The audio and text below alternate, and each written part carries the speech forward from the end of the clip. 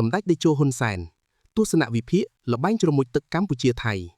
តើការដោះលែងបងធរគឺជាការតដង្ហើមឬជាការដាក់អន្ទាក់ក្នុងនយោបាយគ្មានអ្វីដែលកើតឡើងដោយចៃដន្យឡើយ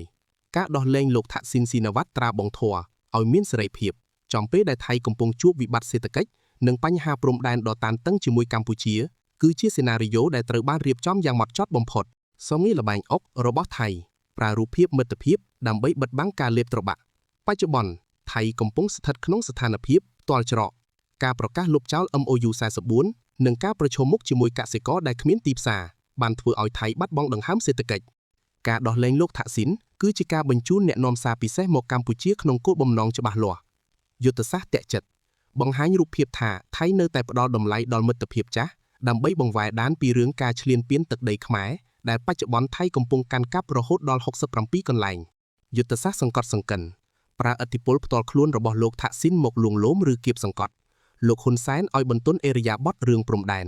ប្រសិនបើកម្ពុជាមិនព្រមគេនឹងប្រើពាក្យថាបងជួយប្អូនឲ្យមានសេរីភាពអស់ពីចិត្តចុះហេតុអ្វីប្អូនមិនយល់យកដល់បងរឿងទឹកដីនិងសេដ្ឋកិច្ចនេះគឺជាវិធីសាស្ត្រដែលចាត់ទុកខ្មែរដូចជាឆ្កែបំរើស៊ីបាយក្នុងត្រឡោកពោលគឺគេឲ្យស៊ីបន្តិចបន្តួចដើម្បីបំរើប្រយោជន៍គេធំធេង 2. តើលោកហ៊ុនសែននឹងព្រមសម្រុះសម្រួលដែរឬទេលោកហ៊ុនសែនគឺជាអ្នកលេងអុកនយោបាយដ៏ជើងចាស់លោកដឹងច្បាស់ថាមិត្តភាពបុគ្គលនិងអធិបតេយ្យជាតិគឺជាដុំថ្មពីរផ្សេងគ្នារបួសចាស់ដែលមិនទាន់ជាករណីបែកធ្លាយខ្សែអាត់សម្លេងរវាងលោកនិងកូនស្រីលោកថាក់ស៊ីនគឺជាភស្តុតាងដែលបង្ហាញថាមិត្តភាពនេះមានភាពប្រេះឆារួចទៅហើយការដែលលោកហ៊ុនសែនបញ្ចេញខ្សែអាត់នោះគឺជាការវាយបកនិងជាការផ្ញើសារថាលោកមិនមែនជាអ្នកដែលងាយនឹងឲ្យគេបោកបញ្ឆោតតាមរយៈមនោសញ្ចេតនានោះទេការការពារផលប្រយោជន៍ជាតិការសម្រុះសម្រួលអាចនឹងកើតមានលុះត្រាតែកម្ពុជាទទួលបានផលចំណេញពិតប្រាកដបើថៃនៅតែបន្តក្រឡុកក្រឆានឹងកាន់កាប់ទឹកដីខ្មែរលោកហ៊ុនសែនច្បាស់ជាមិនព្រមដោះដូរមិត្តភាពជាមួយបងធរដើម្បីខាត់បងទឹកដីនោះឡើយ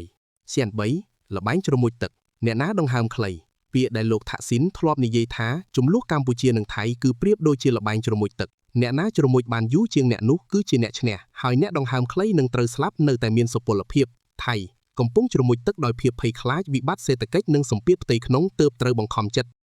ដោះលែងលោកថាក់ស៊ីនឲ្យងើបមកលើគោកវិញដើម្បីរកផ្លូវដកដង្ហើមតាមរយៈកម្ពុជាកំពុងជ្រមុជទឹកដោយភាពអត់ធ្មត់និងរឹងមាំ